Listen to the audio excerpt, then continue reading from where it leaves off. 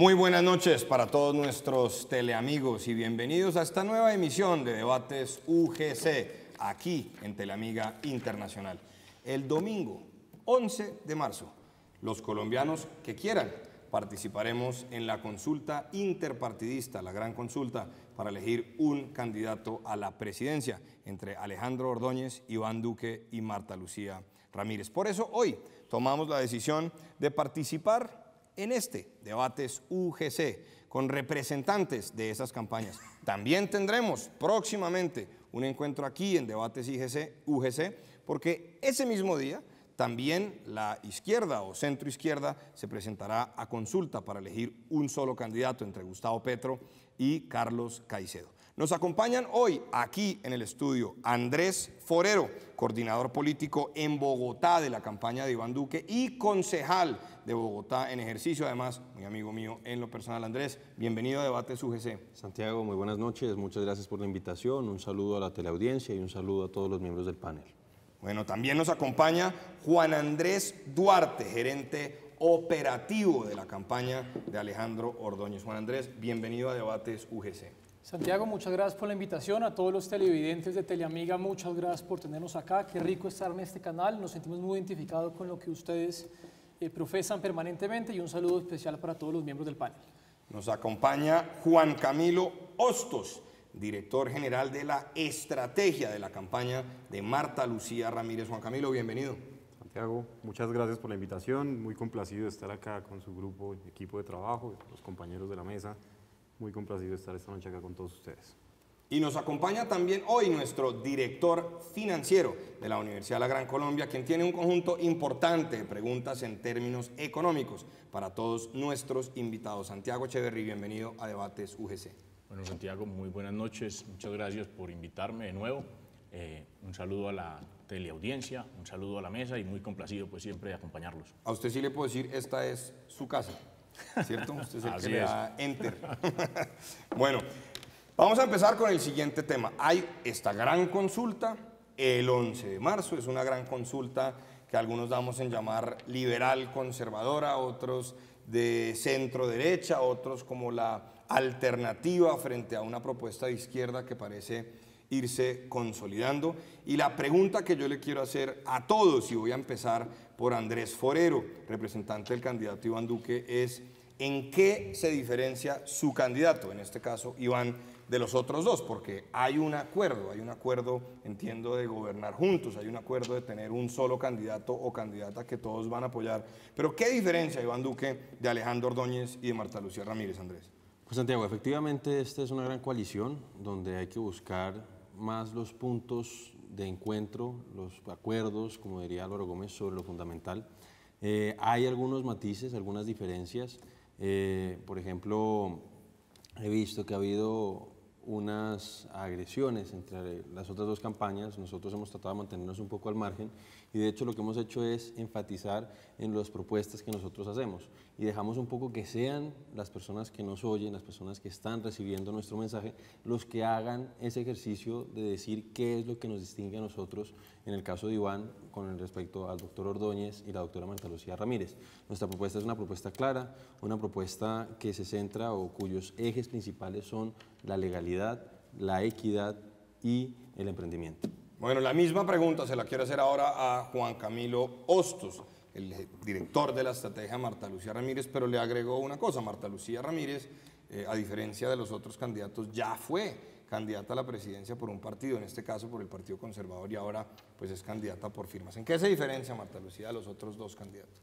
Bueno, yo creo que aquí nos encontramos en una coalición, todos con diferencias, pero pues con encuentros sobre puntos del futuro que va a tomar Colombia, encuentros programáticos, encuentros sobre el modelo económico, encuentros sobre el modelo de justicia, encuentros y visiones del país que concuerdan y confluyen en esta coalición, pero que es la principal diferencia de Marta Lucía con el doctor Iván Duque y con el doctor Alejandro Ordóñez es la experiencia en el manejo del Estado, la independencia con la que Marta Lucía ha actuado a lo largo de su vida política y su vida pública, y pues esta experiencia que ha ejercido en los cargos de ministra de Comercio Exterior, manejando la política de comercio internacional y política económica de empleo, ministra de la Defensa fundadora con el doctor Álvaro Uribe en su presidencia de la Es política. decir, ministra de Samper, de Pastrana y de Uribe. No, de Samper no. Ah, no. No, de Pastrana, de de Pastrana y de Uribe. Santos también tenía mucha experiencia.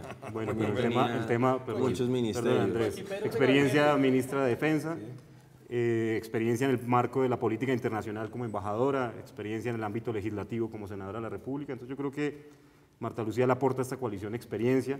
Creo que todos los candidatos tienen muchos valores y muchas cosas buenas que aportar, pero creo que principalmente Marta Lucía aporta experiencia e independencia. Muy bien, Juan Andrés Duarte, Alejandro Ordóñez, que por cierto hubo ahí una especie de, no sé cómo llamarlo bien, de rifirrafe, porque en su momento el expresidente Andrés Pastrana sugirió que Alejandro Ordóñez no participara de esta coalición y finalmente Marta Lucía accede y ustedes participan.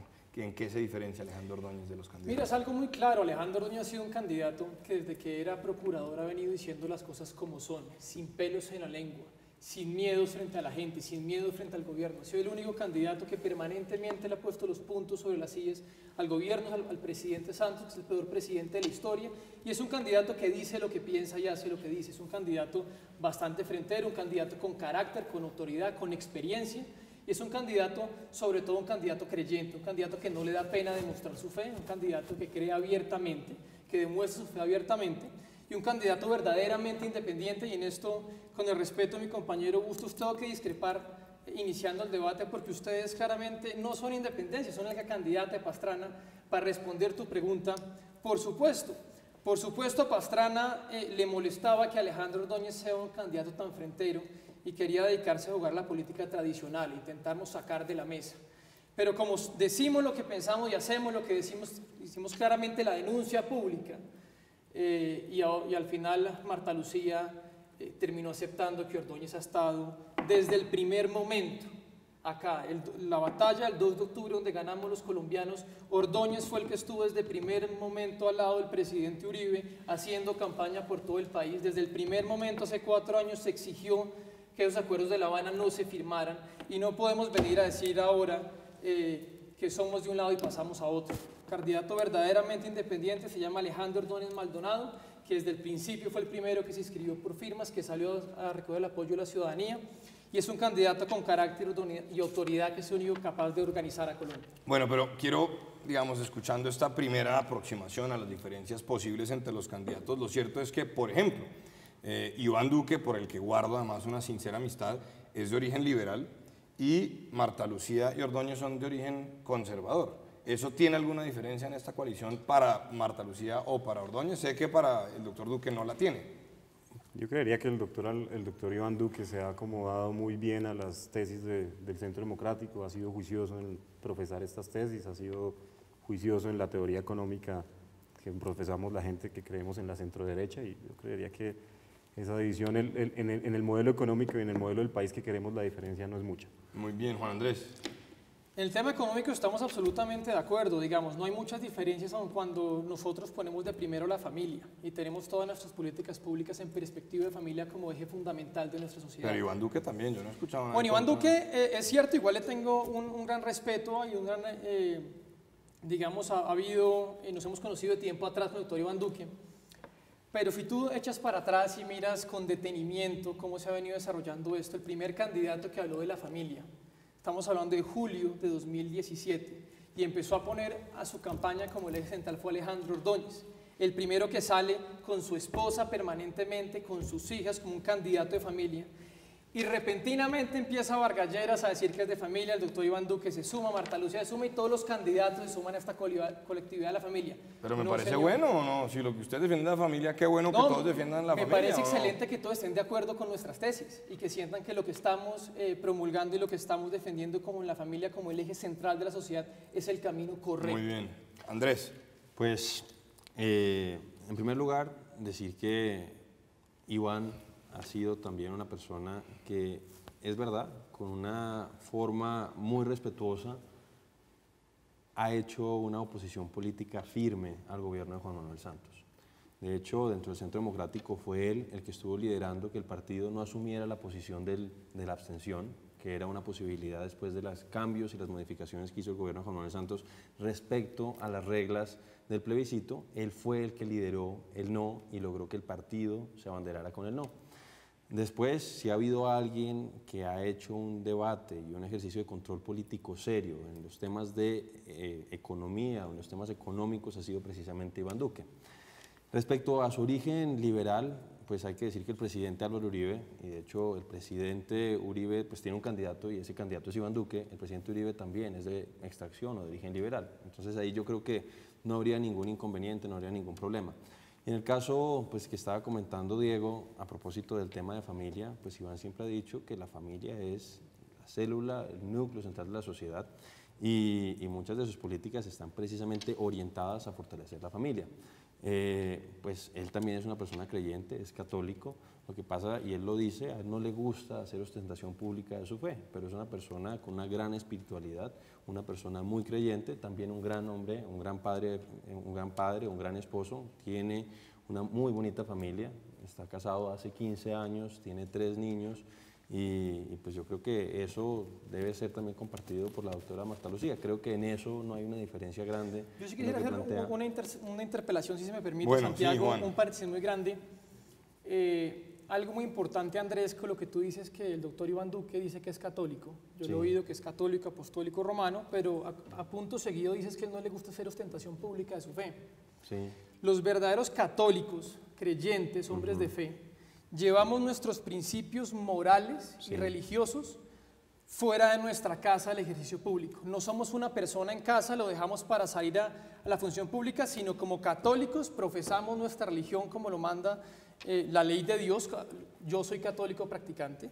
Entonces yo sí no puedo estar de acuerdo con una persona que deje sus valores y principios morales en la casa mientras sale a hacer la función pública. Perdóneme, Pero es que como yo no moderador, creo- tengo que yo no decir una creo- cosa, yo no escuché esa afirmación por parte de Andrés Forero. Claro, Yo pero no fi- escuché en ningún momento que dijeran que Iván Duque deja los valores en la casa. Exactamente. Claro, simplemente pero no tú es no puedes, ostentación. pero tú no yo- puedes yo salir no a veo decir que que eso eres quiera católico decir en la que casa, Iván pero no en es- público no. Eso No, me parece pero él no lo ha dicho, y públicamente ha dicho que él terrible. es católico, y precisamente él no tiene esa dualidad de personalidades. Él es una persona que es consecuente con sus principios, consecuente con sus creencias, pero otra cosa es que uno haga o no haga ostentación, que no anda diciendo a los 4 vientos que es católico, pero él sí se tiene que sentir comporta. orgulloso de no, ser y yo digo que él se siente orgulloso, pero lo creyente. que sí, pero pues yo me siento orgulloso de ser creyente, yo soy católico, también soy practicante, y yo no ando gritando a los 4 vientos que soy católico. Entonces, ahí yo creo que, como dice Santiago, creo que tú estás confundiendo la unidad de vida que debe caracterizar a una persona creyente con que uno haga ostentación pública de su fe. Y yo pienso que Iván, en todas sus ejecutorias, en el ejercicio de su vida pública, ha tratado de ser coherente con los principios que lo inspiran. Entonces, ahí yo no considero que él tenga una vida en su casa y tenga otra vida. Bueno, pero totalmente los distinta interrumpo en porque les voy a espacio cambiar el público. tercio antes de que hagamos una pausa y entremos con temas económicos que tiene preparado Santiago Echeverry. Por lo siguiente, Juan Andrés, y es el tema de la experiencia. Ahora que Juan Camilo Hostos estaba diciendo, Marta Lucía es la candidata sin lugar a dudas más preparada, con más experiencia, fue ministra, etcétera. Yo escuché aquí por el lado que Andrés Forero le decía, Santos también tuvo mucha experiencia, ¿no? Porque un poco la crítica que le hacen, por un lado, Alejandro Ordóñez, y quiero ser muy objetivo en esto, es que tiene mucha experiencia en la rama judicial, como exmagistrado del Consejo de Estado, etcétera, pero, y pues como procurador en los organismos de control, pero no necesariamente en el órgano ejecutivo. Y a Iván Duque, un poco la crítica que le hacen es que pues su experiencia fue muy importante en el BID, como secretario de Relaciones Internacionales del Partido Liberal, como asesor del Ministerio de Hacienda, si mal no estoy, cuando estaba Santos, aunque pues eso no tiene nada que ver. Ese tema de la experiencia, ¿qué tanto peso creen ustedes que tiene No, para sus y yo candidatos? no estaba tratando de hacer un símil entre la doctora Marta Lucía y el doctor Santos. Yo lo que decía es que si había una persona con credenciales, con experiencia, era el doctor Juan Manuel Santos, y nos está dejando un país totalmente dividido, con una economía desacelerada. Entonces yo lo único que digo es que esa supuesta experiencia no es garantía de nada. Y de hecho, pues en su ejercicio legislativo Iván se ha caracterizado por la excelencia. Durante estos 4 años, a pesar de haber hecho parte de la oposición, sacó adelante 4 leyes de la República. De hecho, pues fue uno de los grandes logros que tuvo Iván como senador de Colombia. Y pues yo entiendo, yo reconozco los méritos de la doctora Marta Lucía, pero insisto, eso no es garantía de nada. El doctor Juan Manuel Santos tuvo a su cargo muchas carteras, de la misma manera en que lo hizo la doctora Marta Lucía, y realmente él nos ha dado clases de cómo no se debe gobernar un país. Pero Juan Andrés, Santiago, bueno, Juan Camilo, ¿es importante la experiencia? yo creería que en este ¿Tan momento... importante? Mira, Andrés, en este momento en el que se encuentra el país con una crisis económica profunda, con una crisis social, con una crisis moral, con una crisis institucional, la experiencia es importante. Usted refería a la experiencia del doctor Juan Manuel Santos, claro, nos equivocamos los colombianos, yo nunca voté por él, No, pero, yo tampoco, pero digo, él se fue equivocó ministro, también el fue presidente ministro Uribe, de se Defensa, equivocó el fue ministro de presidente Uribe al Hacienda. recomendar a los colombianos al doctor Oiga, Juan pero ahí Manuel tiene un Santos. punto Juan Camilo Hostos, ¿o no? El de Uribe era Santos. Y me parece que la experiencia en este momento, poner un símil a Juan Manuel Santos aquí no es No, pero es correcto, que yo y no lo estoy segundo, la diciendo- experiencia no, en este no, pero yo momento lo estoy del diciendo país a es propósito importante. del tema de la experiencia. No, es Yo lo único importante. que estoy diciendo es que está muy bien que ustedes demuestren, o mejor dicho, señalen, indiquen cuáles han sido los cargos que ha ocupado la doctora Marta Lucía. Pero yo les digo al mismo tiempo, barrenón seguido, miren, una persona que gobernó tan mal el país y que nos lo está dejando en una situación donde yo me imagino, Juan Camilo, que tú estarás de acuerdo conmigo, nos está dejando el país en una situación crítica, también con muchos problemas. Y él tenía mucha experiencia. Yo no estoy haciendo un símil ideológico Pero entre la doctora Marta hablemos de Lucía. resultados más que de experiencia. Marta Lucía Ramírez en su ejercicio como ministra de Comercio Exterior creó En más su de momento, 550.000 el empleos. doctor Santos como también, ministra de uno Defensa podría creó la decir, política como de seguridad ministro de democrática Defensa que fue sacó la adelante política muchas Bueno, pública que vengan, logró los arreglar el interrumpo, país. pero un tema que acaba de tocar Juan Camilo que me parece importante, y ya le doy la palabra a Juan Andrés. Lo cierto, Andrés, es que en el año 2010 el candidato de Uribe fue Santos. Es decir, la nos verdad- equivocamos, se equivocaron todos, yo no voté por el Yo presidente tampoco Santos. voté por el- Sobra decir para tampoco. todos los telamigos que las opiniones que aquí se expresan no comprometen a la universidad ni al canal Telamiga Internacional, son de cada uno de nuestros invitados. Pero sí era el de Uribe, ¿o no? Pues la verdad, Santiago, yo no voté por Juan Manuel Santos. Yo nunca me sentí identificado con él. Yo en segunda vuelta de ese año, del año 2010, voté en blanco. Y la verdad es que sí ha habido alguien, o sea, Juan Manuel Santos, pues si uno hubiera revisado, o el presidente Uribe hubiera revisado bien un poco su historial, cuáles eran sus antecedentes, cuáles habían sido sus planteamientos cuando hizo parte del Partido Liberal, pues yo creo que quizás los colombianos nos hubiéramos evitado un gran problema. Pero pues el presidente Uribe ya tomó nota, ya sabe lo que le pasó por haberse equivocado con una persona, él sabe que no tiene una segunda oportunidad. Toda pues andanada de ataques contra el presidente Uribe en vísperas de elecciones yo creo que no son fortuitos, y él está consciente de que nos estamos jugando el futuro de Colombia, y además que si no llega a ganar Iván Duque, posiblemente pues él va a estar en un riesgo muy grande. Muy bien, Juan Andrés, la experiencia. Miren, yo honestamente pienso que aquí el único candidato con verdadera experiencia se llama Alejandro Ordóñez, un candidato que estuvo desde el Consejo en las regiones, subió al Tribunal Supremo de Santander, subió al Consejo de Estado, fue el consejero presidente del Consejo de Estado más joven que ha tenido en la historia, subió como procurador, fue 2 términos procurador, siendo procurador sancionó más de 8.000 funcionarios corruptos, de los cuales le devolvieron 3, Piedad Córdoba política, Sergio Fajardo política y Petro suspendido para ayudar a Juan Manuel Santos a subirse, y 3 de 8.000 es una precisión aeroespacial. Y si le revisas las más de 3.000 providencias anteriores, vas a ver toda la experiencia que tiene. Como Tú procurador manejando, y claro, como como juez. procurador, claro, como procurador y como juez, el que tiene que garantizar las leyes y que tiene que tener autoridad para que se cumpla lo que se debe cumplir en la Constitución. Alejandro conoce perfectamente la Carta Magna, y además te complemento con esto. En el Consejo de Estado llegan los problemas más complicados que vienen subiendo por la rama judicial. Como procurador tienes que recorrerte todo el país como representante de la sociedad, hablar con todas las comunidades, con todas las poblaciones, con todos los diferentes tipos de colombianos, y eres el representante ante el gobierno. Entonces, si vamos a hablar de experiencia, la persona que estuvo permanentemente advirtiendo los riesgos del gobierno de Juan Manuel Santos, siendo su principal opositor permanente junto con el presidente Uribe, fue Alejandro Ordóñez. Tan incómodos éramos para él que nos tuvieron que sacar por las malas. Entonces, respetando por supuesto al senador Iván Duque, que recién llega al BID, tiene 4 años de senador, a la doctora Marta Lucía, que ha pasado por diferentes gobiernos de diferentes partidos, respetando mucho las otras campañas, yo sí les tengo que decir que el candidato con verdadera experiencia para gobernar en Colombia, porque entiende los problemas permanentemente, se llama Alejandro Ordóñez. Bueno, pero una pregunta para todos antes de hacer una breve pausa, y es, ¿Están luchando todos el 11 de marzo para ser el candidato de Uribe? ¿O el que gane quiere ser una coalición, o el candidato a una coalición realmente amplia donde estén uribistas y no uribistas que se consideren liberales o conservadores? La coalición para mí tiene que ser sumamente amplia. Lo que pasa es que estamos en la mitad de una coyuntura en donde el presidente... Pero contéstame la pregunta puntualmente.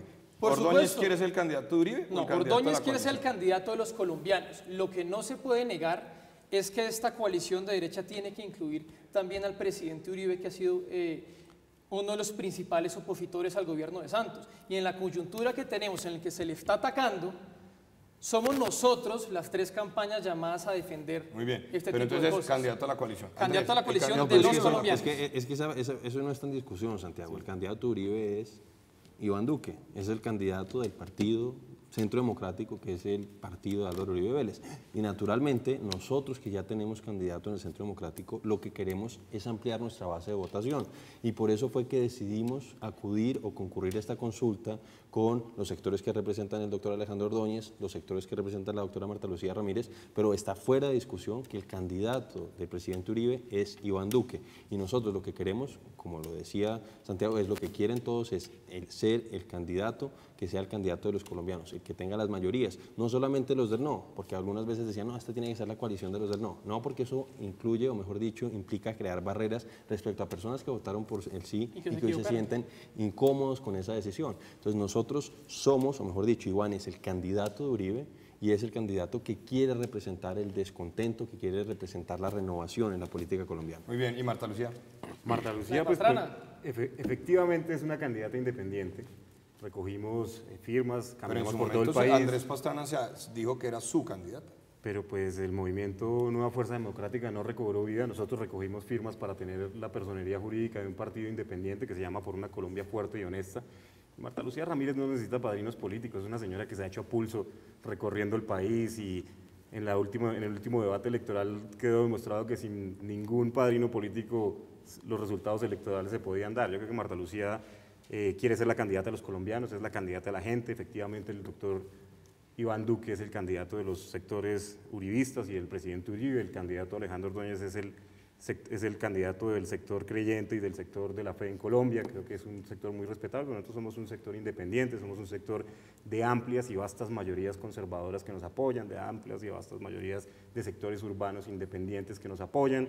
Y pues estamos en la puja de conseguir el 11 de marzo el mayor número de electores posible, porque esta coalición necesita ampliar el espectro. Salir de la coalición tiene que ampliarse del uribismo y los sectores creyentes a una cosa más amplia, más ciudadana, más incluyente. Muy bien, a todos nuestros teleamigos les quiero recordar los teléfonos en Bogotá, 287-8355, el WhatsApp 322-845-8232, nos pueden escribir al correo electrónico debates@ugc.edu.co, también nos pueden seguir en www.radioamigainternacional.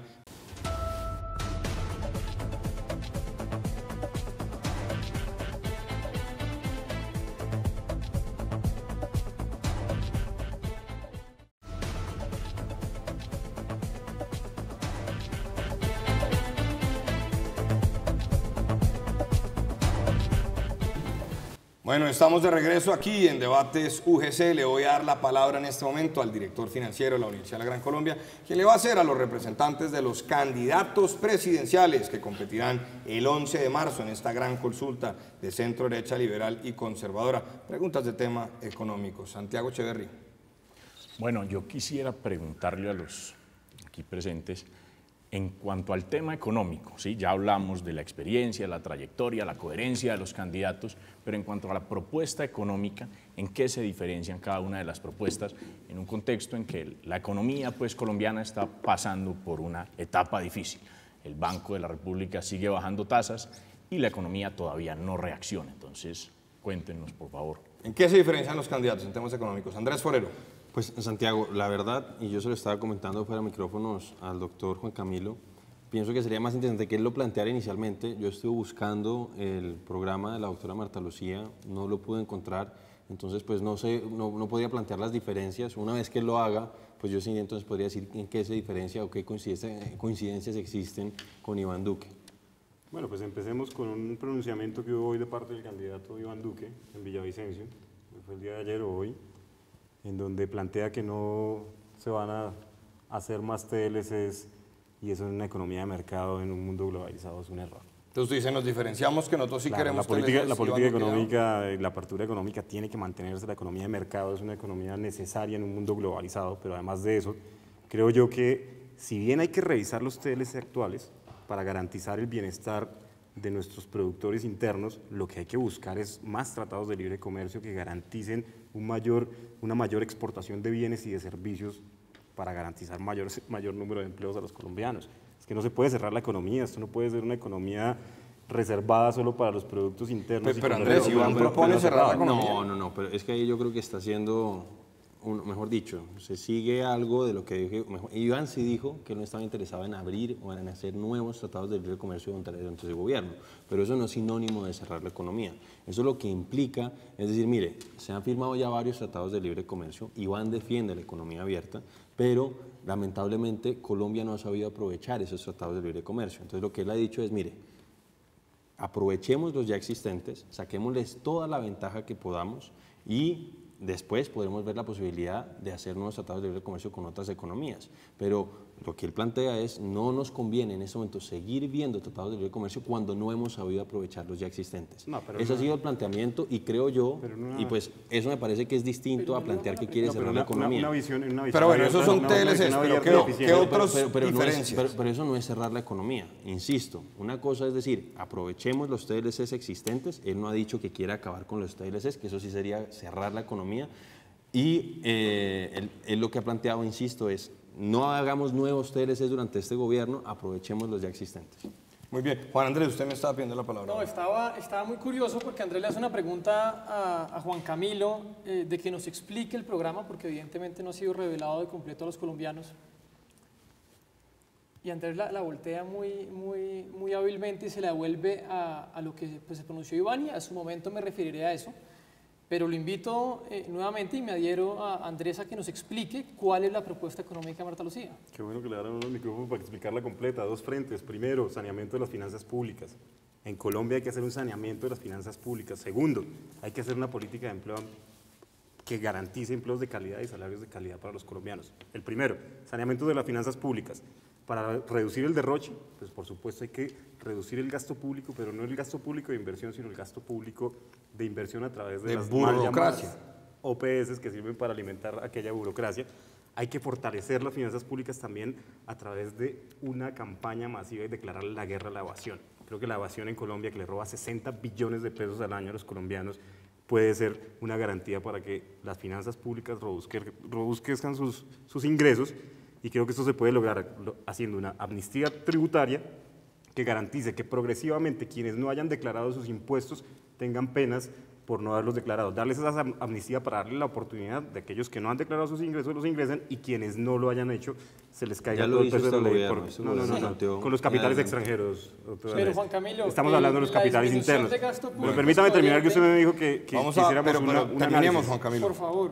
Reducir el gasto de funcionamiento, reformar el sistema general de participaciones. Hay una brecha muy grande entre los presupuestos nacionales, el presupuesto central y el presupuesto de las regiones. Hay que dar incentivos a aquellos municipios y entes territoriales que garanticen unas nuevas fuentes de financiación interna, donde podamos hacer una cofinanciación para proyectos de desarrollo regional y cambiar el sistema general de participaciones. Y la política de empleo, pues por supuesto que hay que generar un ambiente con garantías jurídicas para los empresarios, que promueva la inversión extranjera, promoción del turismo, promoción del emprendimiento a través de los clústeres de emprendimiento, la agroindustria, generar incentivos a aquellos empresarios que generen valor agregado a los productos agrícolas, revisión de los tratados de libre comercio para poder potenciar las consignas de estos tratados y poder proteger un poco a los Pero mire, yo escucho a Juan Camilo y la Pero es pregunta que me surge, que creo que es la que Santiago Echeverry, es ¿en qué se diferencian? Yo he escuchado tanto a Alejandro como a Iván Duque decir que hay que reducir el gasto público, que hay que sanear las finanzas, que hay que promover programas de emprendimiento. Entonces, ¿en qué se diferencian finalmente? Quiero saber. Sí. No, pero y una pregunta a propósito de lo que Juan Camilo decía. Él dice que va a revisar los tratados de libre comercio. Pues, ¿y eso cómo lo va a hacer? Si en teoría pues, ya fueron suscritos, ya fueron firmados. Todos los tratados de libre comercio tienen una cláusula de revisión periódica, todos los tratados de libre comercio del mundo.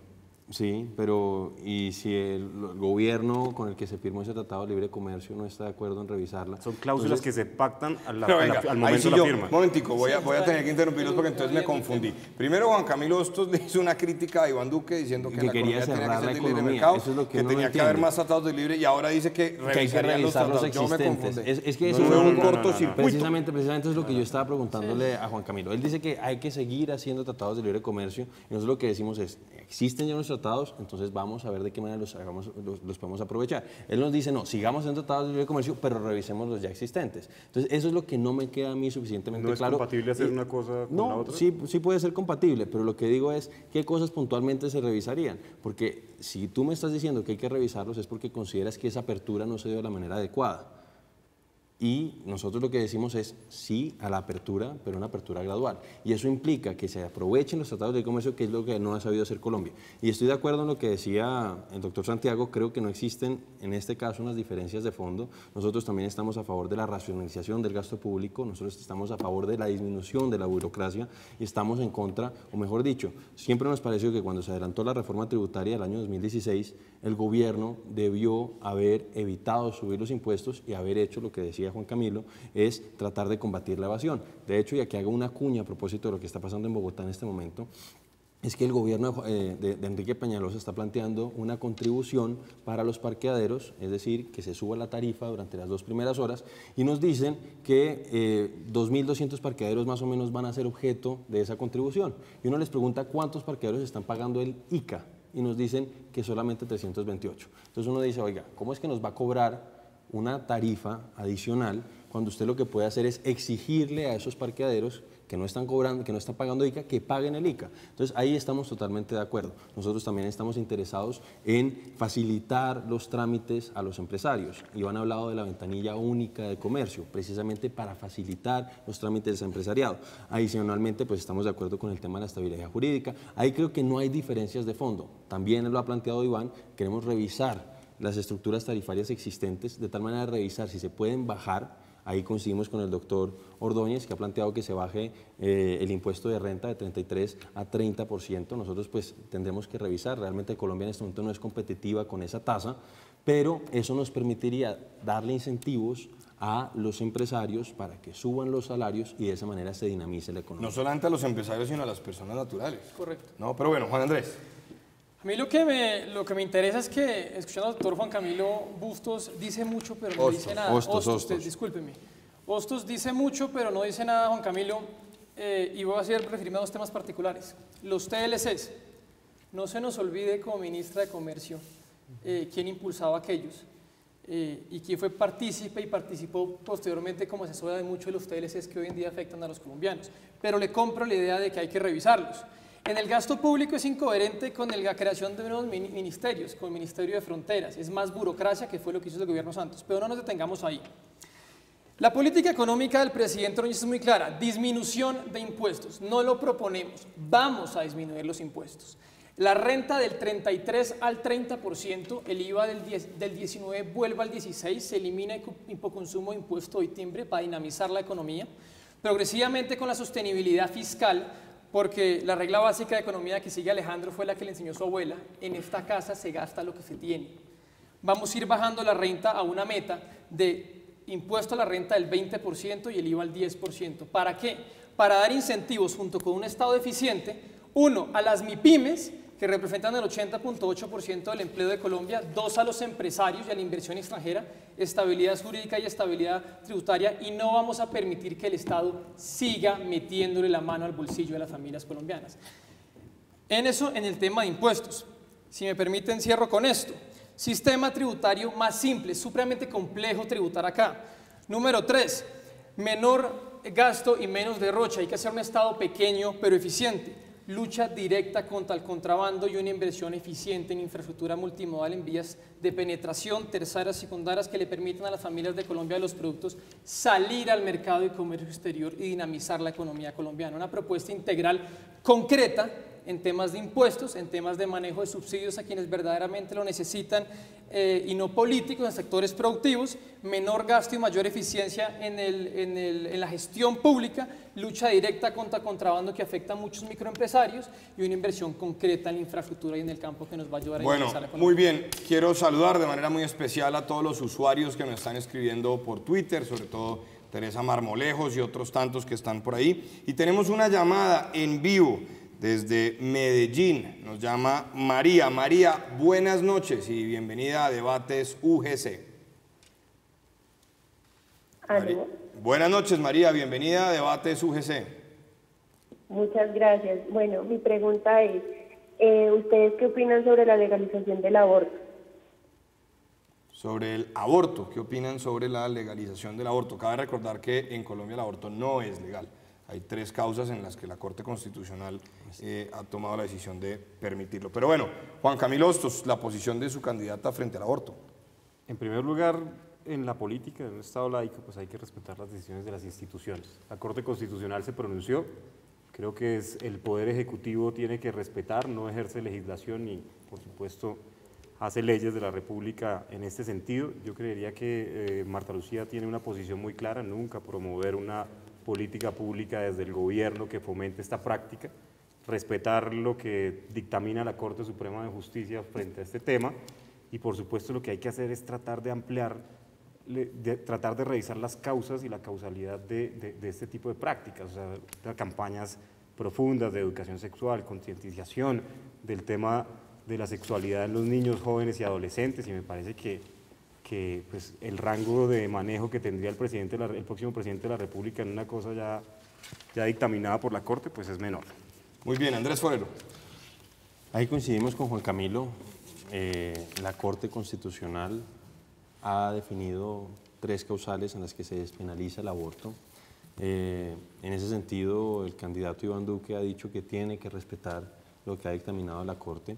Algo que él ha estado evaluando y que yo creo que se puede terminar convirtiendo en una propuesta es en revisar el tema de la objeción de conciencia institucional. ¿A qué me refiero o a qué nos referimos? Por ejemplo, hoy sucede que a ciertos hospitales católicos se les está obligando, se les trata de obligar a que tengan personal que esté en condiciones de practicar aborto, porque la objeción de conciencia personal se respeta, es decir, si hay un médico que considera que un aborto está en contra de sus principios, de sus creencias más básicas, pues no se le puede obligar, pero a los hospitales, en teoría en este momento sí se puede obligarles o están algunos sectores tratando de hacerlo. Iván lo que ha planteado, lo que ha dicho es que está evaluando, como sucede ahora que se acaba de despenalizar en Chile el aborto a través de sede legislativa, es revisar si se pudiera hacer esa objeción de conciencia institucional, porque nos parece que no tiene sentido que se fuerce a estas instituciones que fueron creadas. No, a los médicos en principio se les respeta la objeción de conciencia, pero a las instituciones no. Entonces uno ve al Hospital San Ignacio muchas veces que tratan de forzarlo a que tenga personal que practique abortos. Iván está de acuerdo con la objeción de conciencia institucional. Lo está evaluando y él considera que es una cosa interesante y pues naturalmente pues uno entiende que es una decisión muy difícil para las mujeres y que sí se les tiene que dar una asistencia de tal manera que pues ellas tomen una decisión informada y ojalá orientada a la vida. Muy bien. Juan Andrés Alejandro Ordóñez. Absolutamente no. Candidato completamente pro vida, en contra incluso de las 3 causales del aborto. Y permítame, le voy a explicar por qué. En Colombia, según las cifras, se hacen alrededor de 400.000 abortos al año clandestinos. Los abortos legales al año pasado fueron un poco más de 10.000. El discurso emocional de que es... y que yo entiendo la tragedia de que es por violación, que pobrecita, ¿cómo hacen? Menos del 7% de los abortos legales fueron hechos por delito sexual. Yo sí creo que el Estado debe proteger a esas personas, pero usted tiene opciones. Usted tiene opciones en general contra el aborto, de abstinencia, de embarazo, de adopción, de acompañamiento del Instituto Colombiano de Bienestar Familiar, y una propuesta del candidato Ordóñez que es el Centro de Protección de la Familia para temas de embarazo adolescente, de drogadicción, prostitución, entre otros. Yo sí les digo una cosa, no estamos de acuerdo, ni lo vamos a estar. No es culpa de las criaturas y es un derecho que se debe proteger la vida. Cuando usted aborta, asesina. Y permítame, yo le muestro una gráfica para terminar, que quiero que la comenten. No sé si pueden hacer un paneo, un panel cerca. A ver, hagamos un zoom. Un zoom a esta gráfica. gráfica. En el máster. Este es el desarrollo fetal mes a mes de un bebé dentro del vientre. Lo que dice la Corte Constitucional, y permítame rescatar que Colombia no es un Estado laico, en la Constitución dice que invocamos la protección de Dios y en ningún artículo de nuestra Carta Magna dice que somos un Estado laico. Lo que lo dice es una sentencia de la Corte, que la sentencia de la Corte no está por encima de la Constitución de Colombia. Permítanme, háganme nuevamente el paneo aquí. Lo que dice es que usted puede abortar las 3 causales hasta el tercer mes. Tercer mes, perdón Santiago, acabo con esto, cuando ya el corazón empieza a latir, cuando el cerebro se empieza a formar y cuando hay conexiones nerviosas. Yo les hago una pregunta. ¿Sus candidatos están dispuestos a asesinar a bebés de este nivel de desarrollo? Absolutamente no. Somos candidatos pro vida y defendemos la vida desde su concepción hasta la muerte. Santiago, Bueno, venga, te interrumpo una cosa, simplemente. porque es que ahí me toca hacerle una corrección al doctor. Diego, pues en primer lugar yo también estoy en contra yo también estoy en contra de las 3 causales, pero yo además, ahí le corrijo esa cifra, él dice que son 400.000 abortos al año. Yo precisamente, a cuenta de que estoy a favor de la vida y estoy en contra del aborto, he denunciado que eso es una cifra inflada. Esa cifra sale de un estudio del Guttmacher Institute en Estados Unidos que dice que en Colombia supuestamente hay 400.000 abortos al año. El mismo instituto hizo un estudio en México, en Ciudad de México, hace unos años, el 2006, y en Ciudad de México se despenalizó el aborto, se legalizó el aborto hasta los 3 meses. Ese estudio decía, con la misma metodología supuestamente que se aplica en Colombia, que en Ciudad de México había 165.000 abortos. Y realmente cuando se despenaliza, se legaliza en la Ciudad de México, pues solamente hubo 20.000, es decir, había una sobreestimación del 1000%. Entonces, en Colombia datos de Profamilia dicen 55.000 abortos. Yo no creo en los datos de Profamilia. Pero sea uno o sean 10.000, es igualmente reprochable. Vamos a aclarar una cosa. En Telamiga Internacional y en la Universidad de la Gran Colombia mantenemos una posición muy clara nosotros institucionalmente de defender la sana doctrina que promovió siempre Benedicto XVI, por lo cual estamos en contra del aborto. Tenemos una llamada de Fanny. Fanny, buenas noches, bienvenida a Debates UGC. Gracias, buenas noches. Quisiera que por favor los participantes del debate hablaran acerca del tema de la reforma pensional. Quiero saber qué pronunciamientos tienen el doctor Iván, la doctora Marta y el doctor Alejandro sobre un tema que todos los gobiernos anteriores han dejado quietos y que no han querido, como se dice, meterle el diente. Muchas gracias. Fanny, muchísimas gracias. Vamos a ir a una pausa y ya regresamos y abordamos esa pregunta apenas volvamos. Ya nos vemos.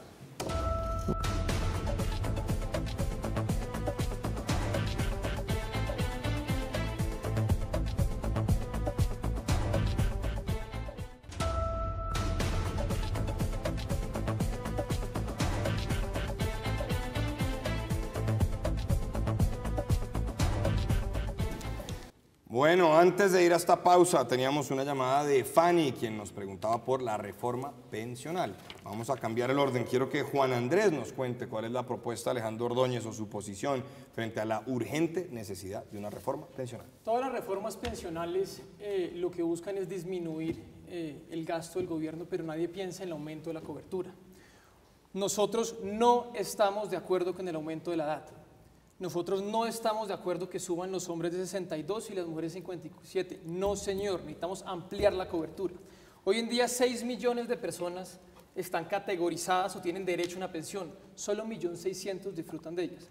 Para ellos tenemos 3 diferentes propuestas. 1, el régimen de prima media y el régimen de ahorro, vamos a juntarlos para que los recursos no se vayan para ambos lados y lo vamos a categorizar en 2 niveles. El régimen de prima media va a ser para aquellas personas que ganen más de 4 salarios mínimos al mes, que es la pensión de vejez, de sobrevivencia, el de ahorro voluntario, menos de 4 salarios al mes para que la gente pueda aportar más a su sistema de salud. Además de eso, vamos a poner en práctica un argumento que ya tiene la ley y que no se pone en práctica porque el Pero gobierno... venga un momentico, o sea que yo, Santiago Castro, libremente quiero tener el programa de ahorro individual, ¿ya no lo voy a poder tener con usted? Claro, lo vas a poder tener el no, ahorro me acaban individual. de decir que sí, no. Pero Bueno, es que perdieron un voto. No, la idea es que usted pueda participar del régimen de prima media y sea por niveles para aumentar el nivel de cobertura. Pero no se me quede ahí porque hay 2 propuestas muy interesantes. 1, la pensión para la familia. La pensión para la familia ya existe en la ley y no han sido capaces de implementarla. Si una mujer y un hombre, esposos, no alcanzan a completar sus semanas de cotización, se juntan y se les otorga una pensión familiar para que ningún hogar colombiano se quede Pero desprotegido. eso ya está en la ley, Juan Andrés. Pero no se aplica, porque les ha dado miedo a aplicarla, la vamos a aplicar. Pero Juan Camilo, y tercero, más subsidios, la reforma pensional no va y van a disminuir impuestos durante su mandato. Sí, señor. ¿De dónde van a pagar eso? Vamos a ampliar la cobertura y vamos a incentivar que la gente Sí. cotice más. Hoy en día la informalidad, hay más de 15 millones de colombianos informales que no cotizan al sistema de salud y de pensión. Ahí está una gran parte de la insostenibilidad. 6 millones de personas y solo 1.600.000 la disfrutan. Aparte, yo sí les digo una cosa, hay adultos mayores que no han tenido bienes ni tienen ingresos categorizados en SISBEN 1 y SISBEN 2 que han cotizado semanas a lo largo de su vida. Ellos deben tener equivalente a semanas una pensión de subsistencia. Bueno, se nos está acabando el tiempo. Andrés Forero, reforma pensional, ¿sí o no? ¿Cómo? Sí, pues aquí estaba leyendo un poco el programa del doctor Ordóñez y creo que era al revés. Al revés, sí, cometió error, menos de 4 salarios mínimos, prima media, más de 4 salarios mínimos, ahorro voluntario, es correcto. Sí, de hecho, porque a cuenta del tema de la prima media, hay que decir que a veces se producen ciertas inequidades, que es un poco lo que estaba tratando de explicar el doctor Duarte. Y es que precisamente a las personas de mayores ingresos, pues a través del régimen de prima media, finalmente se le terminan garantizando unas pensiones muy altas, mientras que hay una gran proporción de la población colombiana en edad de jubilación que lamentablemente no tiene. Permítame que yo le meta la cuchara y lo digo con toda claridad. Las personas con mayores ingresos en Colombia, así coticen los 35 años que requieren o lo que corresponde a una persona como yo que empezó a trabajar a los 21 años, lo que tiene ahorrado jamás le va a dar para una pensión de 25 salarios mínimos si fuera ahorro individual. Luego terminan siendo subsidiadas todas las pensiones altas, Andrés. Exactamente. Entonces, por eso es lo que estaba diciendo. Hoy por hoy se está dando esa situación con el régimen de prima media. Pero ahí coincidimos nosotros en el problema, uno de los problemas principales en términos sociales, en términos de salud, en términos de pensiones, es precisamente la baja formalidad de la economía colombiana. Hoy por hoy están cotizando para pensiones más o menos el 37% de los trabajadores. Para la salud están cotizando el 41%. Entonces, realmente una cosa que nos permitiría paliar y desactivar esa bomba pensional que existe sin plantear lo que ha planteado el candidato Fajardo es precisamente ver de qué manera nosotros logramos incentivar la formalización del empleo en Colombia. Eso es algo que es fundamental. De hecho, pues el compromiso de Iván ha sido precisamente que él no va a incrementar los años necesarios para buscar una pensión. Y otra cosa que estaba planteando el doctor Duarte, la verdad, pues esa ha sido una propuesta y en particular ha habido un candidato del Centro Democrático que es José Jaime Uzcategui que lo ha estado planteando en todas sus reuniones, es precisamente simplificar los requisitos que existe la pensión familiar, porque esa figura ya existe hoy en la legislación, solamente que existen demasiados requisitos, son destinados principalmente, o mejor dicho, la figura a unas familias muy, muy vulnerables. Eso va de la mano de la ventanilla antitrámites. Y hay que ver de qué manera se amplía precisamente, porque hoy por hoy hay muchas personas que no alcanzaron a cotizar, pero que juntos sí podrían hacerlo y podrían tener algún ingreso para la familia. O sea, Jaime Uzcategui estuvo aquí hace 15 días, además. Ahí la informalidad pues en Colombia es un tema histórico. En los gobiernos anteriores ninguno ha podido solucionar ese problema. ¿Cómo lo solucionarían? Bueno, pero antes de eso, Juan Camilo Hostos, reforma pensional, ¿sí no cómo? Bueno, Santiago, me sorprende las propuestas tan ambiciosas en un tema que es muy difícil. Pero lo que acaba de decir Santiago Echeverry es clave. Si no mejoramos en el tema de informalidad, ¿para qué hablamos de pensiones? Me parece que en este tema hay que ser muy responsable. Nosotros creemos que esto es una bomba de tiempo. El pasivo pensional en Colombia está a punto de estallar. El déficit fiscal no ayuda mucho para este propósito. Y creo que la informalidad, como bien anotan ellos dos, es una de las causales principales del déficit. Más del 50% del país está en la informalidad. Hay que buscar cómo se mete a esta gente, por lo menos a la tributación, a la bancarización para lograr una menor informalidad. A través de la bancarización es mucho más fácil lograr tributación, pero también es más fácil lograr identificar los ingresos que ameritan un aporte al sistema de salud y pensión. Creemos que hay que ampliar la base, efectivamente, pero gradualmente. No se puede hacer y pensar que en 4 años vamos a ampliar la base en un número importante. Hay que empezar a trazar la política pública que va a dirigir las pensiones en Colombia para ampliar la base de manera gradual. Es que el déficit fiscal no soporta el pasivo pensional que tiene Colombia hoy. La vigilancia de los fondos de pensiones, la inversión y la vigilancia de los fondos de pensiones son vitales. Los fondos de inversiones malgastan. hacen que, ustedes han visto lo que ha pasado con todos los fondos de inversión en los últimos tiempos. Los fondos de inversión son una de las grandes causales que ha tenido que el gobierno nacional, con presupuesto público, tratar de financiar esos huecos. Eso hay que controlarlo. Mantener la edad, por supuesto. Yo creo que Colombia en este momento no está preparada. Creo que más adelante debería evaluarse cuál es el sistema progresivo, no de aumento de edad, sino de aumento de base, pero además de eso, revisar la perspectiva de la vida, de vida de los colombianos, y con base a eso proyectar hacia el 2020, 2025, una reforma que contemple esos aumentos de edad. Pero por ahora yo creo que en los 4 años lo que hay que hacer es sanear las finanzas del pasivo pensional, buscar cómo formalizar para garantizar mayores ingresos al sistema pensional, y nosotros tenemos una propuesta que es muy innovadora, que es el ingreso básico social. Personas 1 y 2 del CISBEN van a tener un ingreso a partir de su tiempo de trabajo, se puede revisar sus ingresos y darles un ingreso por parte del gobierno para un mínimo vital que les permita pues tener los ingresos necesarios para su alimentación. Más subsidios.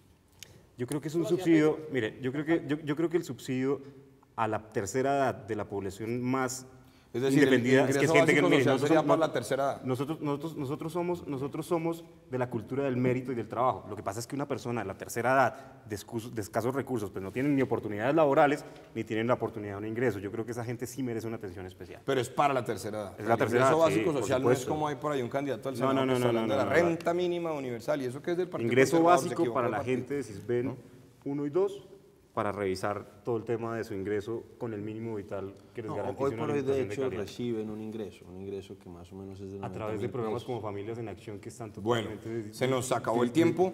Yo quisiera dejar también pendiente ahí en esos temas económicos el tema de la informalidad. Andrés tocaba una cifra que es preocupante. En la universidad estamos haciendo múltiples investigaciones para revisar cuál podría ser la salida en ese tema, porque los datos de las encuestas de las 25 ciudades más importantes de Colombia muestran una informalidad del 51, pero realmente es mucho mayor, y sobre todo en la periferia. Es sorprendente ver cómo en municipios categoría sexta, que son la gran mayoría, el 96 o 97% de la población es nivel CISBEN 1 y 2, de manera que está en el régimen subsidiado. Eso también hay que mirarlo, hay que mirar el tema pensional. Quisiera darles a cada uno 30 segundos para que nos digan por qué votar por su candidato el 11 de marzo, antes de terminar el programa. Andrés Forero. Yo los invito a votar por Iván Duque, una persona joven, una persona que encarna la renovación que quieren los colombianos en la política, es una persona honesta, una persona decente, y que yo sé que va a sacar adelante el país a partir del próximo 7 de agosto. Juan Andrés. Yo los invito a votar por Alejandro Ordóñez porque es una persona con experiencia, con carácter y con la determinación, el candidato que dice lo que piensa y hace lo que dice, que pone a la familia como núcleo central de la sociedad, que tiene muy claros los temas de empleo, de la economía, de la seguridad, de la educación, de la soberanía internacional y muchos otros temas, sobre todo como el de la salud que tanto nos afecta. Alejandro Ordóñez es el único candidato que es capaz de asumir posturas, que no es aguas tibias, que no es políticamente correcto, sino que dice y le habla a los colombianos lo que los colombianos quieren escuchar, porque no nos hemos desgastado estando detrás de las pantallas de computador, sino hemos estado en la calle con las personas. Este Muy bien. 11 de marzo, vote por Alejandro Ordóñez. Juan Camilo Hostos. Bueno, yo invito a los colombianos a votar por Marta Lucía Ramírez porque el país se encuentra en un momento muy difícil. Necesitamos a alguien que tenga experiencia, capacidad comprobada y sobre todo transparencia. El manejo de estos 4 años va a ser un manejo muy difícil. Encontramos un país que está completamente desbaratado y Marta Lucía Ramírez es una opción independiente, es una opción con experiencia que ha probado sus capacidades a lo largo de su vida pública y privada. Y por eso yo quiero invitar a que el 11 de marzo los colombianos votemos conscientemente. Aquí no se puede improvisar, aquí no se puede dar un salto o un paso en falso. Colombia necesita certezas y Marta Lucía Ramírez las ofrece. Santiago, Muy bien. una cosa que beneficia a todos los candidatos, hay que decirles a los teleamigos que ese día tienen que pedir el tarjetón. Yo pues espero que ojalá voten por Iván Duque, pero hay que pedir el tarjetón porque no necesariamente los jurados se los van a entregar.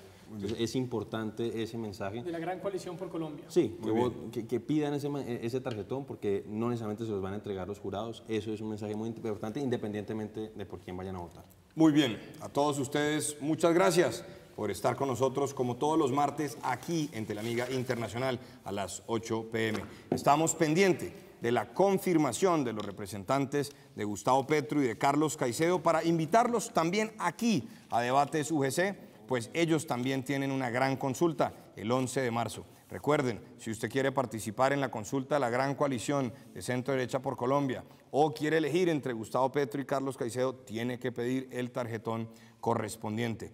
Tendremos el 26 de febrero a las 6 de la tarde al candidato a la presidencia por el Partido Liberal, Humberto de la Calle, en la Universidad La Gran Colombia, y también tendremos a la candidata Marta Lucía Ramírez el 28 de febrero en la Universidad La Gran Colombia, y estamos esperando la confirmación de los demás candidatos para que todos nos acompañen en la universidad. En nuestra universidad jamás expulsaremos a un candidato sin importar de qué partido sea, si lo hemos recibido con tanto cariño.